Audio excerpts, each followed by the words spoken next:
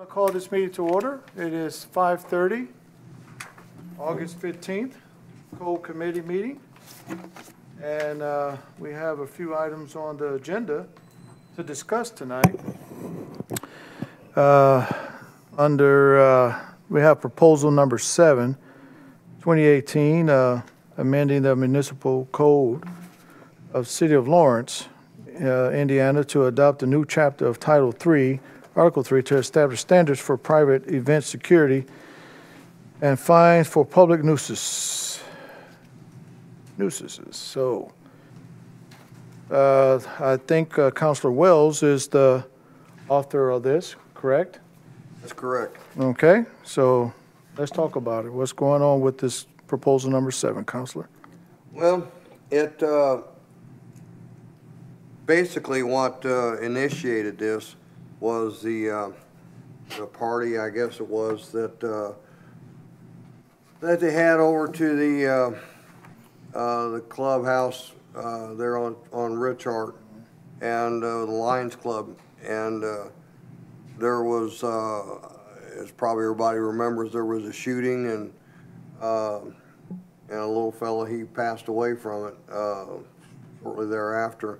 They had a prayer vigil and release of the balloons and stuff, and a little ceremony for this young fellow that was shot. I spoke to his mother at that time and told his mother that I would try to do something to the event that at least he wouldn't have died totally in vain. And I think that this may be the solution. Basically, this proposal emulates what the Parks Department has currently on its books. That if you rent one of the parks buildings, that basically the same thing. You know, you have over 25 people in attendance at a parks party. They require that you provide security for it, and that the security be an off-duty Lawrence police officer. And what I'd like to see with this, or where I was going with this, is that we have other places other than the Lions Club. We have, apartment houses have party rooms that can facilitate large groups of people, and this is the whole purpose of that if we have any more of these parties like this where, we have a large group of people, that we hopefully will provide security. And, maybe if, we had an armed police officer at that event at the Lions Club, then quite possibly maybe that young fellow would still be around. So that's basically the what initiated it and what the purpose of it is, what we're trying for. Any other councilor? I do have some questions. So you said that the parks, or that the city already has something on the books that states that parties, even at the park venues, if there's more than 25 people, are supposed to provide? It's in the park. I think it's in the park board rules. Yeah, I don't think it's codified. Right. I just wonder, because I've been part of, rentals myself, and then attended other events, and I don't remember that ever being.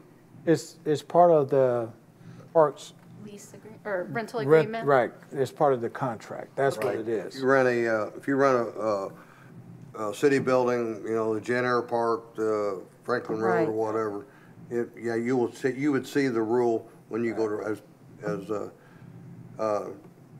Councilor Williams said, you would see the rules come up once you go to sign the contract. Yeah. And I think after 50, I think it goes to two police officers. So maybe it's just something that they don't enforce, because, it may be in the contract, but I've never been to an event where that's happened. I'm just saying. Yeah, that was new. Yeah, I guess a concern I would have also is, like, a lot of these venues are rented out for family reunions.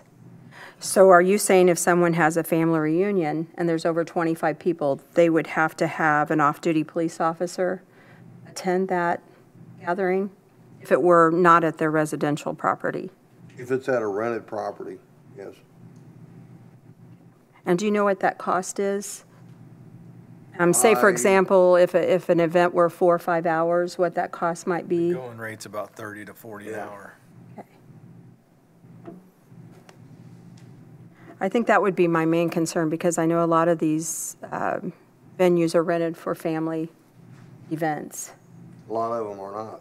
A lot of them rented out for birthday parties. Right, not all, but a lot. Wedding showers. Right. You know, I mean, there's a lot of them are, and a lot of them are. We had a situation, fortunately the place is no longer there, but if any of you remember, and I can't even remember what the name of that club was, but it was over there behind Bob Evans Restaurant.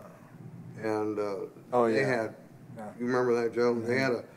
They had I got hundreds of people there. And I think they did have at least one police officer, but he was overwhelmed because there were so many people.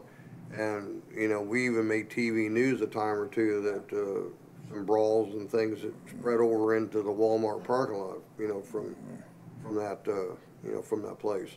But they are no longer in business. But we still have places like that. There's a place on Shaylin Avenue that has a rented hall, or a hall that you can rent. Matter of fact, they tried here not long ago to make it bigger by petitioning for a variance, and I think it was turned down. Yeah. But they can still operate, you know, to a certain degree, to a certain amount of people. So I think, again, my concern would be the financial burden to some of the people renting the facilities. They're already kind of pricey, but have you spoken with the police chief or the police department? I'm curious. I mean, I know what happened recently was very tragic. I mean, it was absolutely tragic. But I'm also curious if we have an issue and if we think that this would be helpful with addressing that issue. Well, Chief Hoffman, could you enlighten us with your thoughts on that, please? Oh, you got to run? No. So,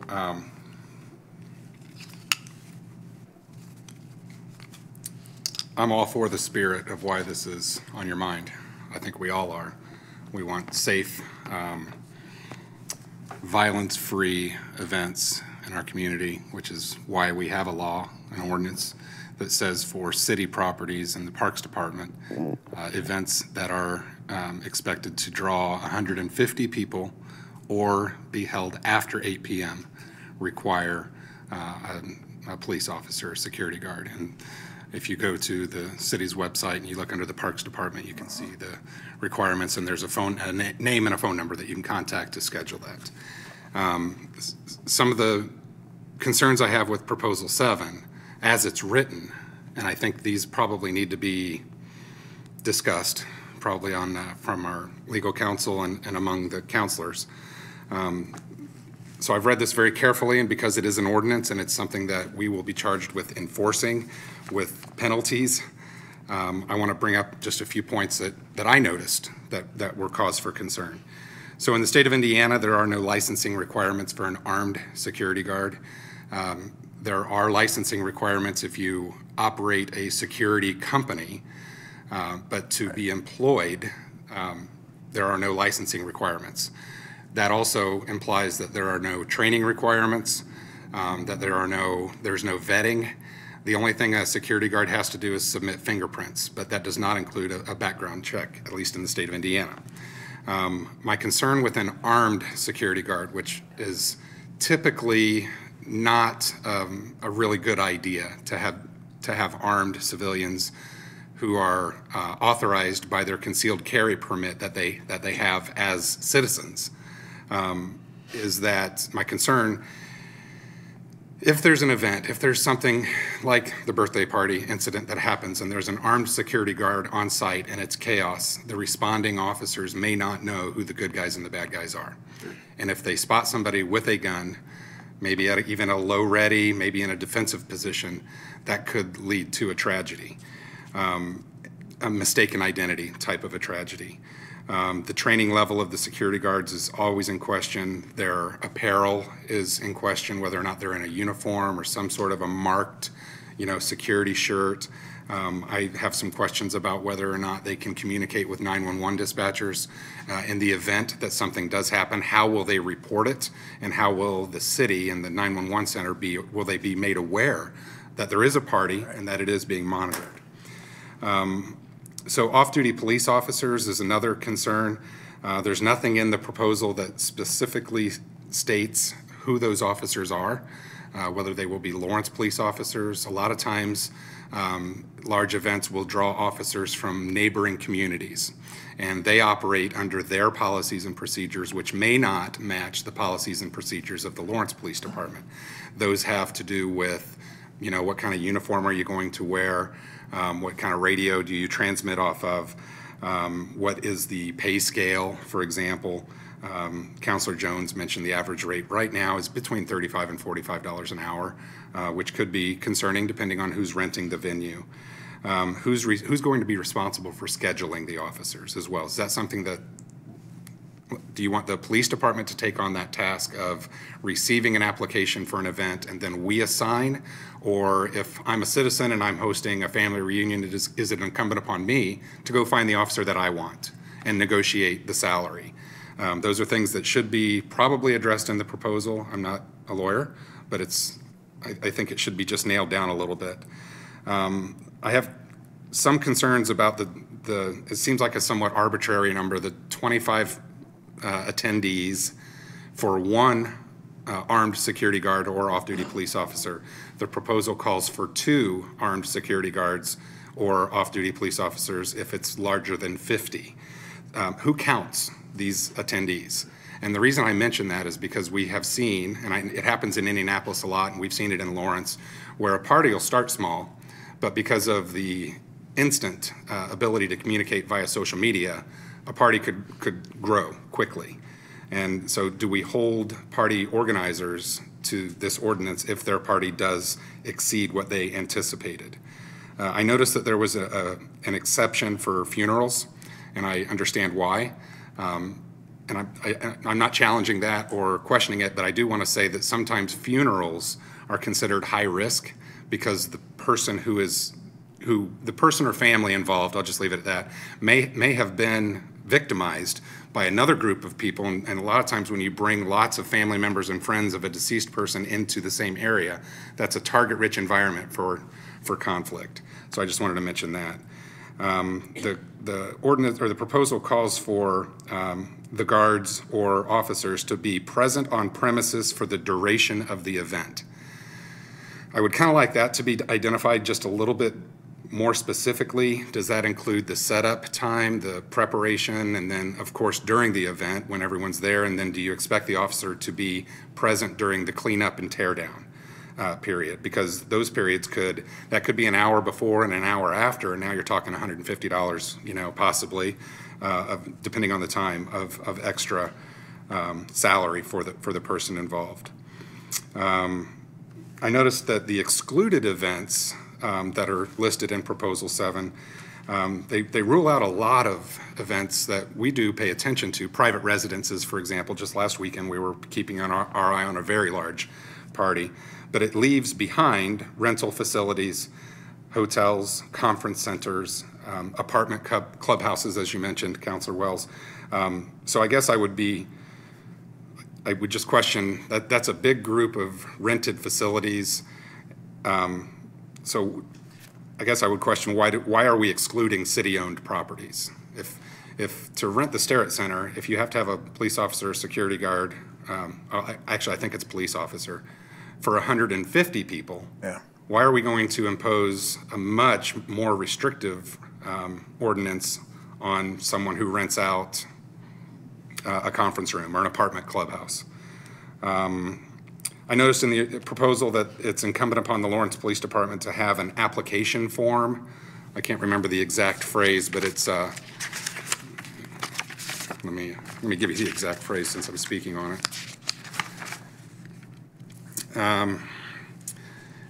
It's page 3, subsection C of the safety requirements section. It's at the top of page 3, section C. An owner renting or leasing property for large gatherings shall be required to register the property with the city on forms as prescribed by the police department. I'm okay with that. We'll do it if we're asked to. We just don't have that form, and I don't know what that looks like. Chief, I'm sorry, I lost you. Where's that at that you're reading at? So it's under the section safety requirements for large gatherings, and it's broken down A, B, and C. That is letter C, and it's at the top of page 3. Okay. Okay, thank you. Finally, the enforcement options regarding this can be found on the same page under 3-3-14-4 subsection A. And this is where I've really tried to promote great police community relations and a side-by-side partnership. And I think the proposal as written is really going to put police officers in a precarious position to shut down events that are, in all other respects, peaceful and family-oriented. I heard wedding receptions, family reunions, birthday parties, all of those things. I cringe at the thought of a uniformed Lawrence Police Department officer going into a hotel conference room and shutting down an otherwise safe event because of the existence of a proposal like this. So again, I'm totally on board with the reasoning behind it. We never want to have another birthday party where the events that transpired on June 9th happen again. And we are still in the midst of that investigation, by the way. But I don't know that Proposal 7, as it's written, I think it might be a little overreaching in terms of government intrusion into families' lives. And I don't know, I just don't know if there might be a better way to, in this event on June 9th, from everything I was told, it was a kid's birthday party with lots of adults, no alcohol, no problems.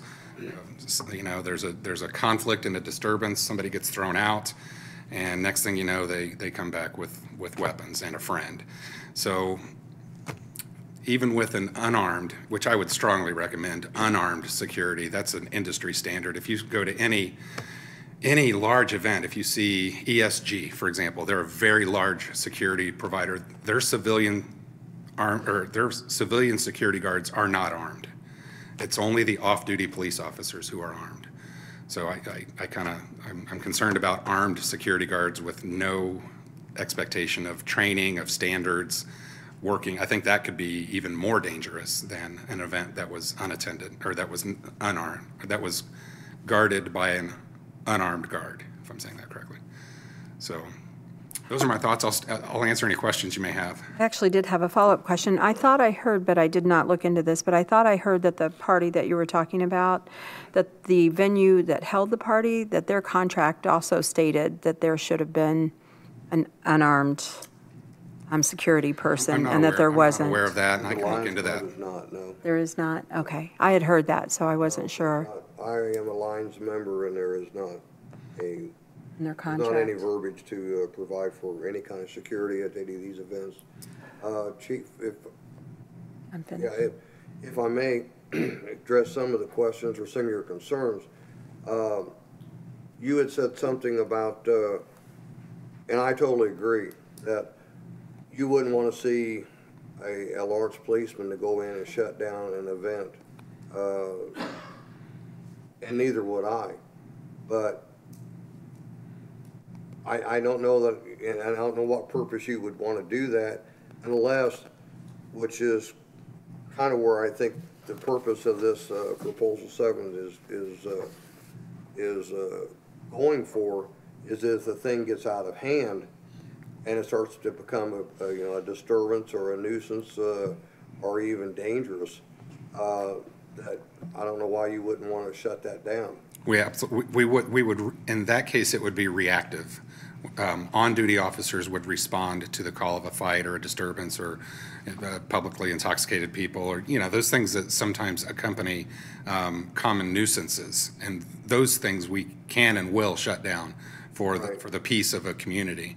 But to go in advance and require to set this ordinance in effect would mean that the police department would have the authority and probably the expectation that if there was an event at some facility in Lawrence where there was 30 people present and no police officer, that not only could we shut it down, but we could fine the operator or the person responsible for the party up to $500 for the first offense. And that was kind of another thing with the ordinance and its vague nature in terms of what the officers can do upon their arrival. They say that we give the occupants a chance to abate the violation within a reasonably prescribed period of time. Well, if you're talking about a 5-hour birthday party, what's reasonable? Does that mean they have to pick, say they've got 50 people there, they have to pick 25 that they have to get rid of to abate the violation? I don't know. So- what is a reasonable period of time to abate the violation before a fine is levied? So, Chief, what I'm gathering is that you're not totally opposed to proposal number 7. It's just that we need to come to a happy median where it makes where it's better composed, so to speak. I think so, because you are all about safety at large gatherings. That's what we're all on the same team for. So what I suggest, because I like the idea that being proactive in our city, and I think we just need a combination of the police department with our legal and composer to come together to get the proper language. In other words, what do you think? Sorry about that. All of these concerns that I listed, I would like to see addressed. In whatever final form this takes. Also, I noticed that it's mentioned in there that the First Amendment freedom of assembly provisions cannot be essentially trampled upon. Right. So I would really like to work with Wheeler and David Johnson and make this something that is fully compliant within those provisions. Absolutely. May I make a comment to some of this, Mr. Chairman? I will let the committee know that part of the problem with creating this is that I could not find a model anywhere else in the state. Please tell me if you're aware of any. I couldn't find anything. For which would accomplish the very good-hearted intent that Councilor Wells has. And so really appreciate because the issue of whether it's legal and the issue of whether you can do it are two completely different things. So I appreciate that. And what I was able to find were many cities and towns that regulate the use of public spaces. When they consider a large gathering, you're usually talking about at least 1,000 people. You're talking about things like marathons, parades, things that take up the public streets and sidewalks that the police department needs to know is happening. And I know you have a form also on the city website that lets folks know when they need that so you can coordinate the different departments. I'm happy to do whatever I can to help this make sense. But the problem that I need help with is how to bring together, what I don't know how to do is bring together what's here with the concerns that you have. Right. So I think I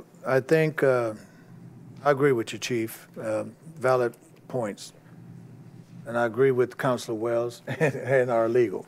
But I think if we come together with the city attorney and to make this a better proposal, I think this is like you said, I think it's a good step forward. Mr. Chairman, if I may. Sure. Interject a few points. I should have wrote them down, but when I was, the chief had, I didn't think there would be so many. But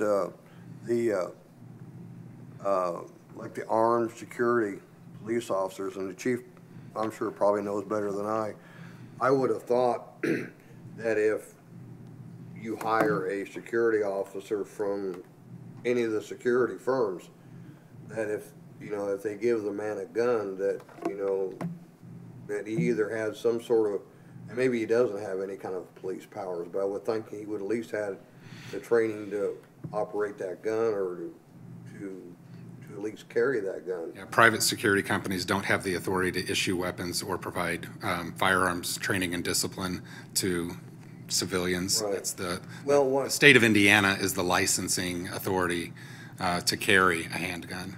What I initially was looking for in this, and I think it just got, the security guard thing got thrown in there, was, and I didn't really think anything about it because I was thinking security officer, uniformed, and that basically what I was going for was to emulate what the Lawrence Parks Department already has, is what I was going for.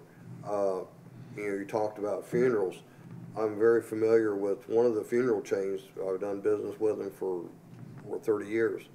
And those funeral directors know when there's a funeral that's going to have a contentious family situation, and they provide, a lot of people don't know that, but they provide people, someone within, that, on presence, that there would be somebody there that can take matters to the next level if need be.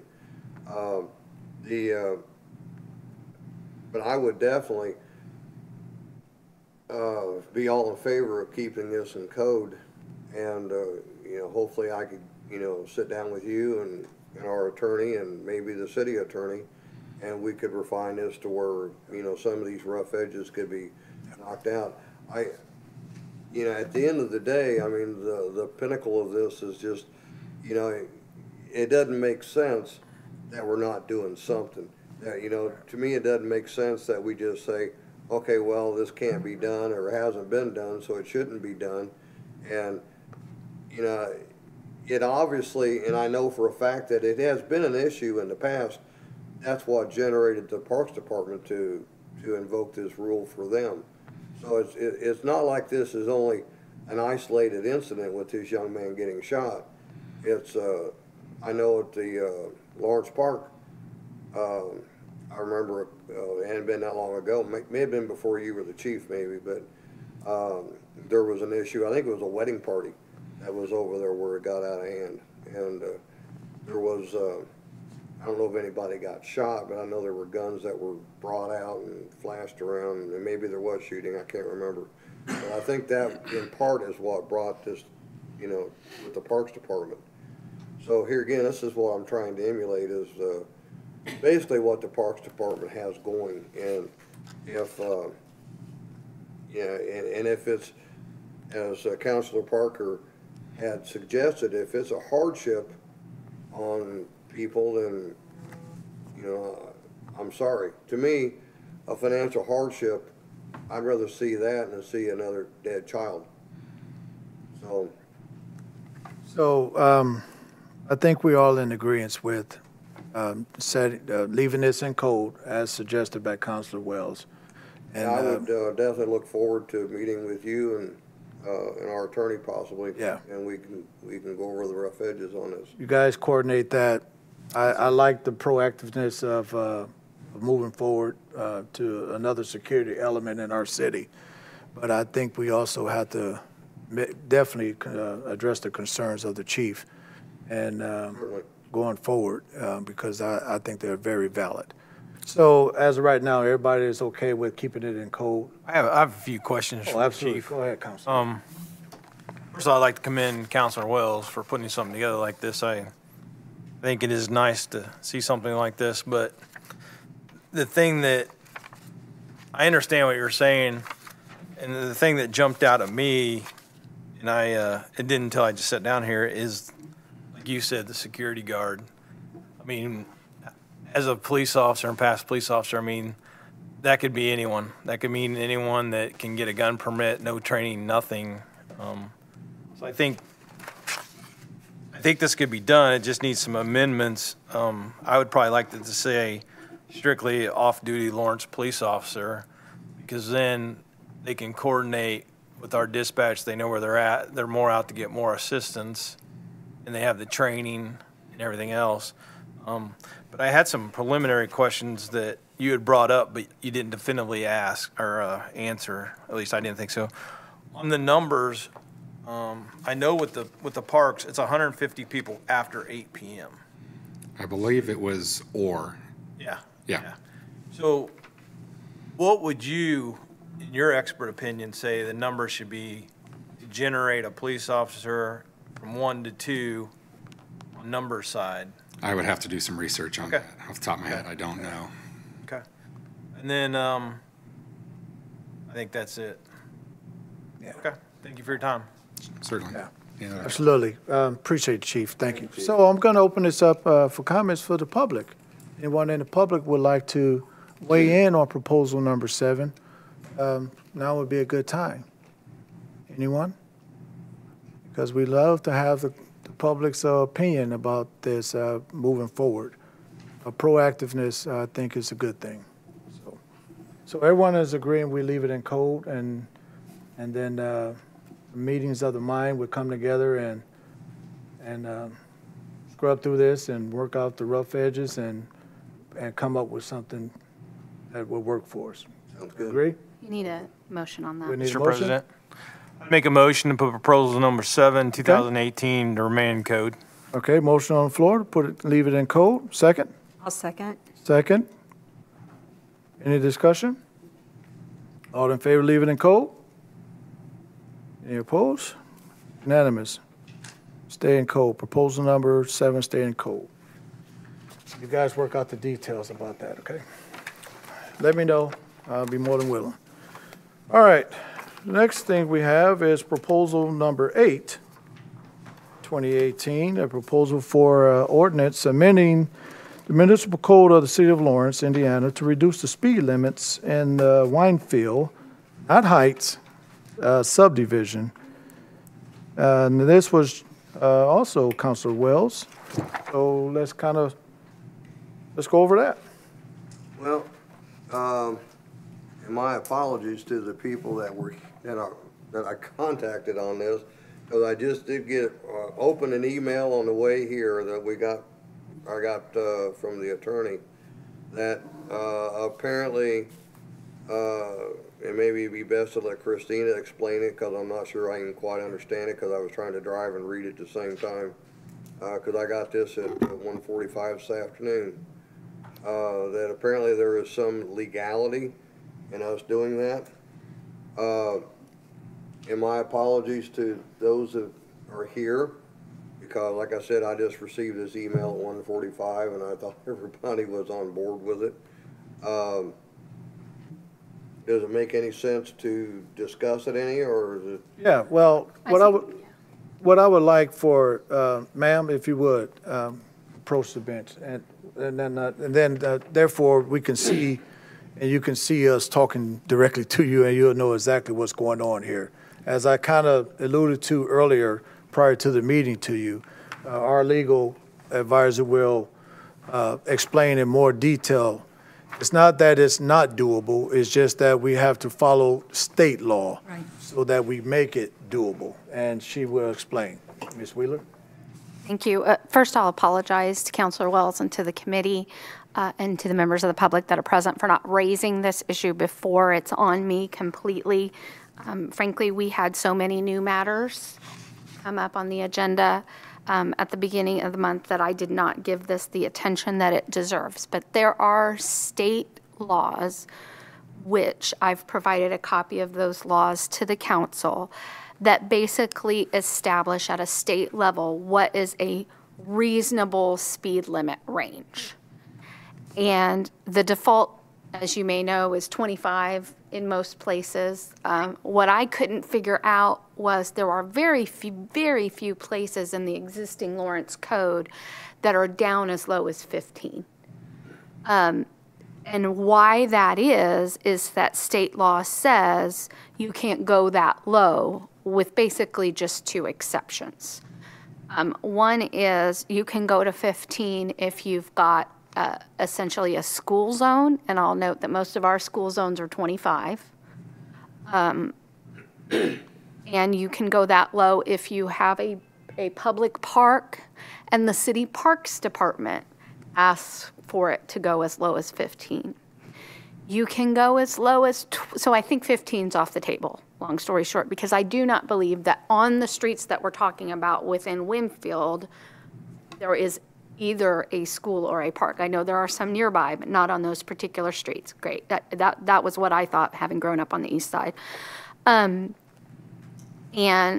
you can go to 20 miles an hour if there is a traffic study that determines that it needs to go less than an engineering and traffic investigation to determine that going below 25 is needed in that area.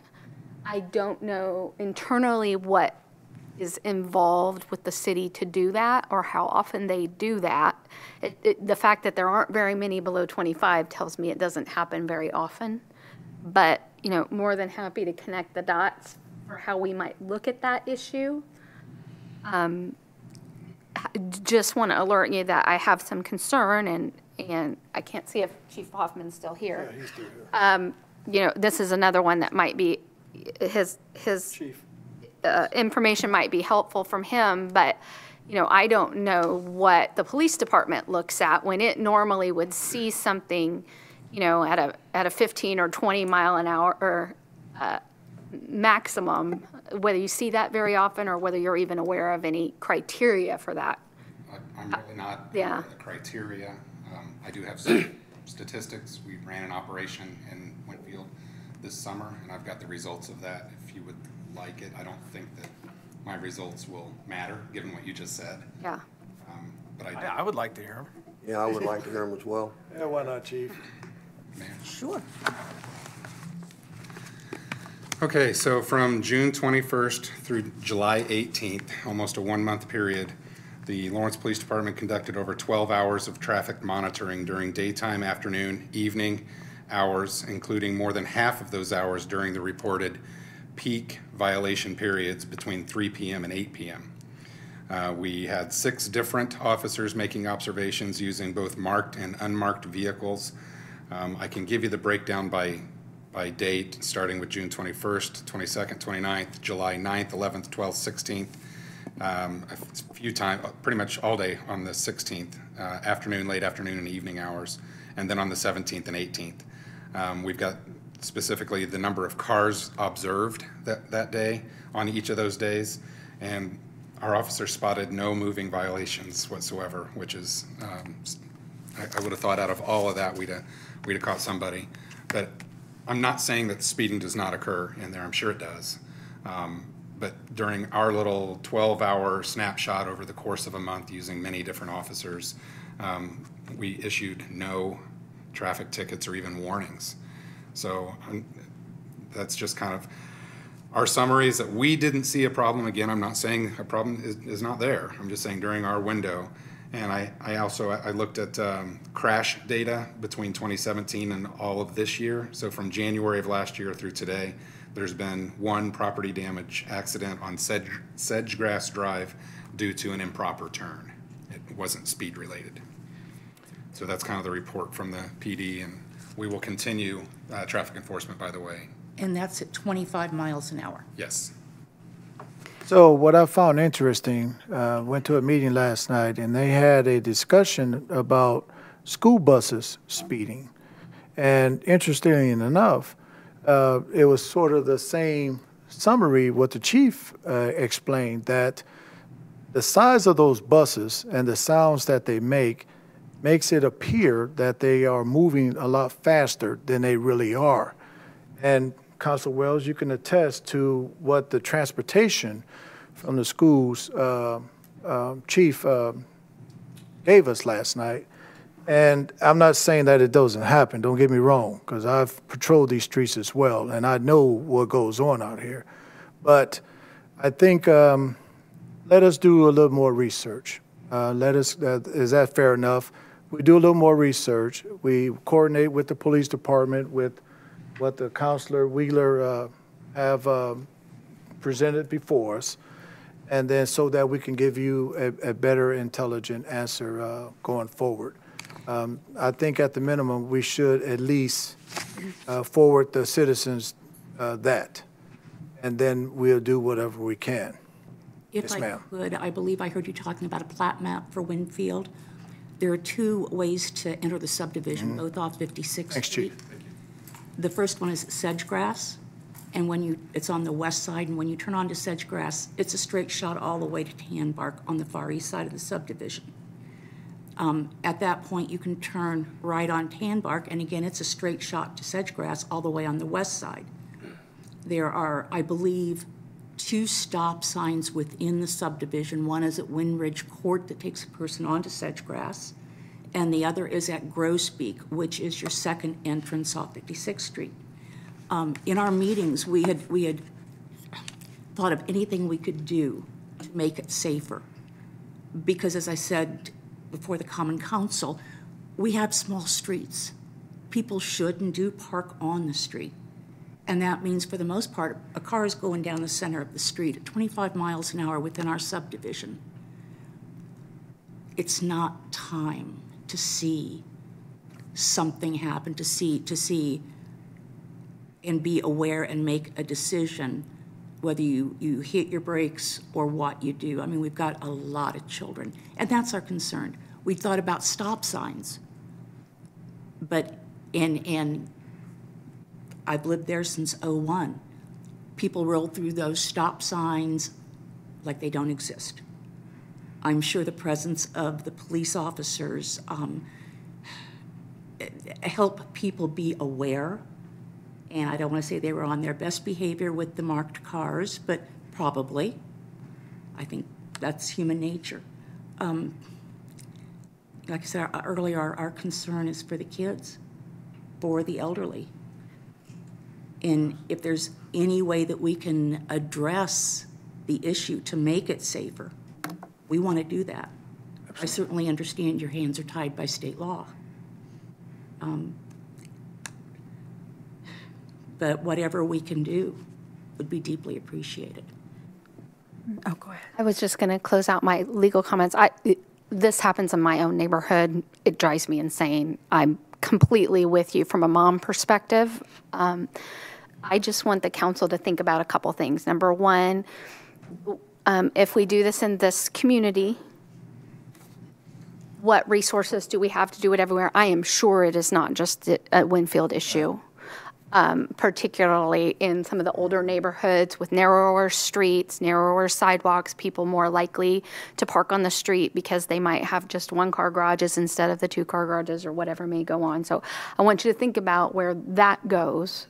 And secondly, I want you to think about, from a public policy perspective, whether lowering the speed limit in a neighborhood below what you would put in a school zone is a message that you want to send.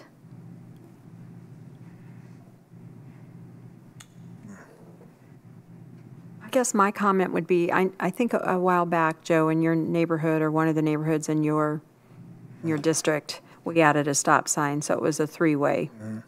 And you said you have a couple of courts in that neighborhood, correct? The Forks have the stop Yes. signs. And so, and I know your concern was that it might not make a difference because people tend to blow through those, and I know what you mean. But we did do that for your district. Just wondered if it seemed to make a difference, because if we can't, if we can't do what we were hoping to do, would that be a possibility to consider, to at least try something? Because the only other thought I had were speed bumps, but I think there's a lot that goes into that. And then my concern would also be what Chris was talking about, other neighborhoods. And, I don't think that's very easy to do. I've seen a couple neighborhoods with that, but I think there's a lot of hoops to jump through for that. If you have the plat map in front of you, I'm just looking at Google Maps as we're talking. And three-way I will tell you, stop. stop signs are a whole lot easier to get done than speed limit. 3-way stop at Windridge Court and Sedgegrass. It would be like an all-way. Right, because it intersects onto Right. Sedgegrass. Right. That would be good. That would help slow down the traffic on Sedgegrass. Mm-hmm. And on Tanbark, the way it intersects, Grosbeak comes into Tanbark. And they there's can go nothing past left it. or right. Is there no Left or stop right. sign there? There's no stop sign there. Just there is one on Grosbeak going on to Tanbark. And the There's other- none across this going No, not on. east and west No. on Tanbark. No. Okay, so, okay, go ahead, Councilor Wells. Sorry. Oh, go ahead, sir. Do you have an association meeting on the horizon coming up? 30th of August, yes, 6:30 PM. Could you send me an email of the time and place and all on that? Yes, I will. And I think Councilor Parker, was absolutely correct, because in thinking that this is going to be such a, trying to deal with the state and all this, that was a thought that was coming into my head, that stop signs may be the simplest way to try to do something. The speed bumps, I don't think would ever happen. We've talked about that before, years and years ago, and previous councils have, and they're death on the snow plows. And the snow plows don't want speed bumps, or the street department doesn't. So I think that might, stepping up, as it sounds as though the chief already has, is stepping up the police patrol, and then possibly looking into, trying to get some more stop signs in there maybe. And because I know in Harrison Park, they put a stop sign, what was that, at Schoen and 48th Street? And I think probably the most of the tickets that the police department issued were for people that lived in that neighborhood, because they had no idea that the stop sign was there. And I heard about that. One of the fellows that works for me lived right down the street, and he got a ticket and wasn't a very happy camper. But there was, the neighbors wanted it, and we were able to get that done. So anyway, it might, once the shock is over of the citizens that live around there, it might very well curtail speeding. Speeding. Yeah. We can always put a blip on next door when it happens. We have, I think, probably 60% participating in next door in Winfield. Okay. And since we have about 35% of renters, that's not a bad statistic. And just ask them, be aware this has happened, and please let everybody know around you, your neighbors know. People are pretty good about that. Mr. President, Yes, go ahead. I make a motion not to move proposal number 8 to the full council. Okay. Maybe later down the road, look at different avenues. I'll do that. Proposal on the floor not to move forward on proposal number 8. Second? I'll second. Whoops. Second, Council Parker. Any discussion? We understand about proposal number 8, so we're clear. Thank you. And so, but we are and will move forward. And I'm sorry that we got you out on this rainy night. I was It's okay. totally unaware. I emailed you, called you yesterday, and I haven't had a chance to read my emails until I'm on my way over here. well, it's still something positive. I'm glad to be here because I can go back to the board and tell them what happened. Yeah. Otherwise, And I'm, But we're you know trying. what? I'll give you this just so you have it. Thank you for your time tonight. Yeah. Thank you. Thanks for coming. Thanks, Chief. Appreciate that. And if you would, please let me know when your next meeting is. I'll be happy to attend that. Well, it's been first and seconded. Any further discussion? All in favor of not moving forward on proposal 8? Any opposed? It's unanimous. Proposal number 8 died. Committee. All right, we're running short on time because we have a regular council meeting coming up, but we have 2 more items to get through.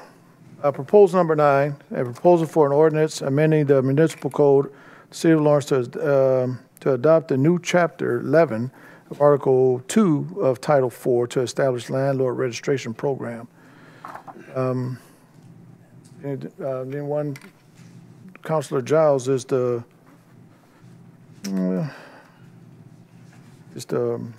sponsor of this ordinance or proposal. So what I'm suggesting is that we leave this in code for now. Mr. President, if we could, we have a young lady here from Mybor. Oh, okay. And I'd hate to send her home when she came out here in the rain. Oh, she came out here to talk to us, huh? She did. At least have her comments on the All record. right. Yeah, okay.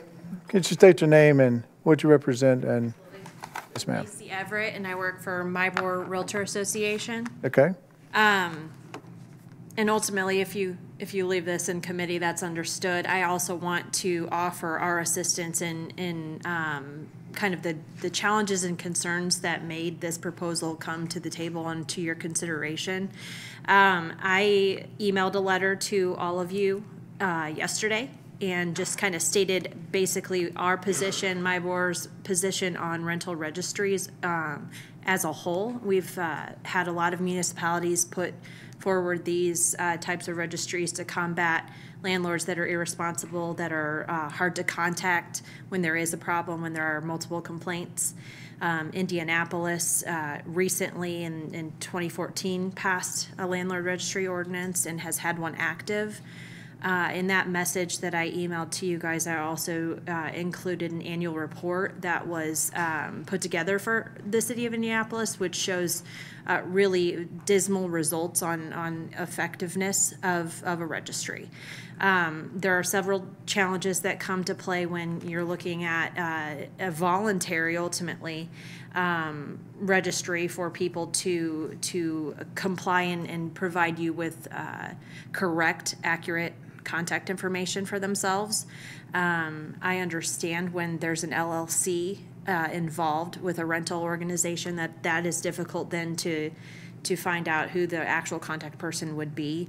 But there is a lot of public information through the state website and through sales disclosure forms where contact information and the actual owner name is available. So what we believe is that ultimately there are solutions in finding the individuals that you need to contact, and when you have problem properties, it's obvious to detect those outside of the ones that are not causing trouble by the number of complaints. We would be, happy to sit down and talk with you guys about what that looks like in order to collect that information, but having a registry and having everybody comply, pay $5, it's minimal, but we're talking about then double checking it, because if there's a fine involved for not complying with the registry, how will that be handled? Will there be resources from the administration that can be put forward and be checking that for accuracy, making sure people are complying with, filling out the registry information? And then beyond that, going after the irresponsible landlords. What are we looking at as far as what's happening now versus what would happen if you did have additional contact information and something together?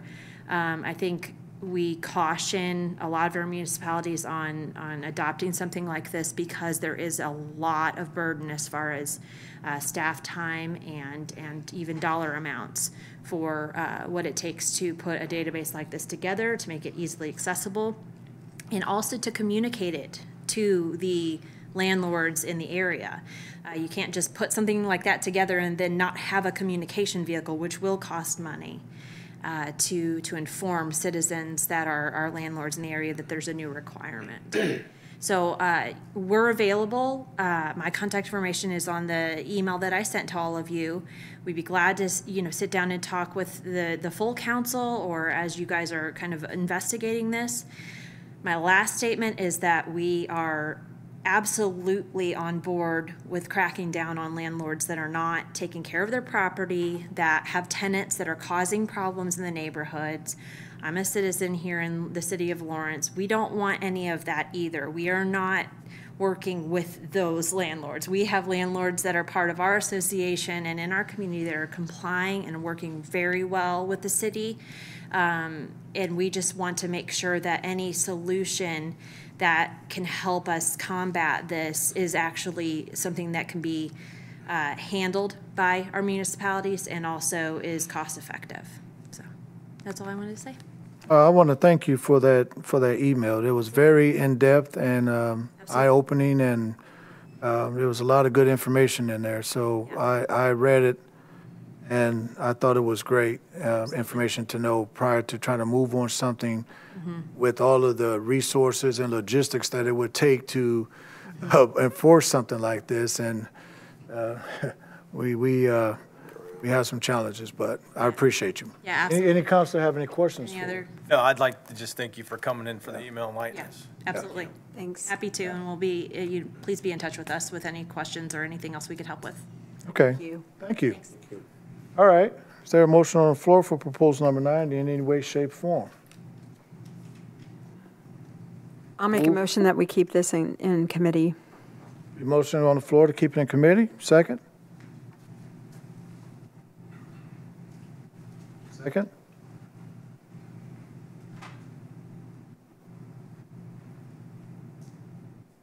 Okay, Another motion on the floor? is there another motion on the floor? Mr. President, I think that, in light of the information that we have received, and I look, what we currently have, I think that, a lot of the problems that we have with realtors or with properties per much, a lot of it could be fixed if we had a little more aggressive input with the or action from our DPW or from our code enforcement officers. I was shown last night at the Crime Watch meeting by a lady, and it's in my district, several houses that are just dilapidated and horrible repair. I don't know if they're rentals. Actually, I think one may have been, or they're just vacant houses. One of them was a house that even had a permits on it where they had the roof completely stripped off of it, and they had permits in the windows. So I think a lot of this could be resolved by our code enforcement officers if we could just get them to do it. And I don't know that we need to change the rules. Okay. I'd like to make a motion that we do not send this to the full council. I'd second it. All right, motion, do not send, second, Councilor Jones. Any further discussion on proposal number 9? Just for clarity, everything goes back to the council, so the motion should be recommending not pass it or not approve it, because nothing technically dies in committee. Everything goes back to the full council. Just, so if you'd like to reframe that. Improper wording, yeah, that's what I meant to say, yes. Okay, what she said. And so, Councilor Jones, you second what? Sir. Are legal. Okay, any further discussion? All in favor by show of hands for not to recommend passage passing to the full to the council. council. Any opposed? Unanimous. Proposal number 9 denied. Okay. All right, last on the agenda for us tonight is proposal number 10, a proposal for an ordinance amending the municipal code of the city of Lawrence, Indiana, Chapter 2 of Article 1 of Title 3 regarding retirement, honor, and recognition for members of the City of Lawrence Police Department Reserve Division. Councilor Jones, you are the sponsor of this. You want to give us a brief synopsis of your thoughts? Yeah, first of all, I'd like to let you know how important our reserve division is. I don't think that we could operate the city without them, and it's most noble of them that they put in the long hours and the work they do free of charge to our city and help us out. I did not change any of the wording in this proposal from the original author. The only thing I did was I added some verbiage, and I believe the original author meant for it to say that, but I just spelled it out a little bit more. And those two things is that the whole reason behind this proposal is if a police officer has 10 years of service with the city of Lawrence, then he is rewarded. He's given a gun, a badge, and an ID card, which I think is a great reward for that long-term service. The only thing that I did was I cleaned up the verbiage that in order to get this, it had to be an honorable discharge or retirement, and that the service had to strictly be with the city of Lawrence only. So I just cleaned up that verbiage so that if someone comes from IPD or another department and has 6 or 8 years, and then they come here and work 2 or 4, they're not eligible. It has to be 10 years of service with the city of Lawrence only. That was the only 2 changes I made. I added that verbiage. I did not change anything. I just tried to spell it out a little bit more, that it had to be an honorable discharge and 10 years of service with the city of Lawrence. Okay. Chief, one more thing. What do you think? I would like to hear the chief, the city's #1 cop. It's always a good thing to hear what he has to I say. appreciate cleaning up the verbiage, and I support it 100%. Gotcha, chief. All right, thank you, chief. Thank you. Counselors? Mr. President, I recommend that we recommend this full council. for passage. Okay. Motion on the floor to recommend the Senate full council for passing. Second? I'll second. Second. Any discussion? All in favor by show of hand? Any opposed? Thank you, Counselor Jones. Anything else good for the order, counselors? Legal? No, sir. We are adjourned. Thank you, folk.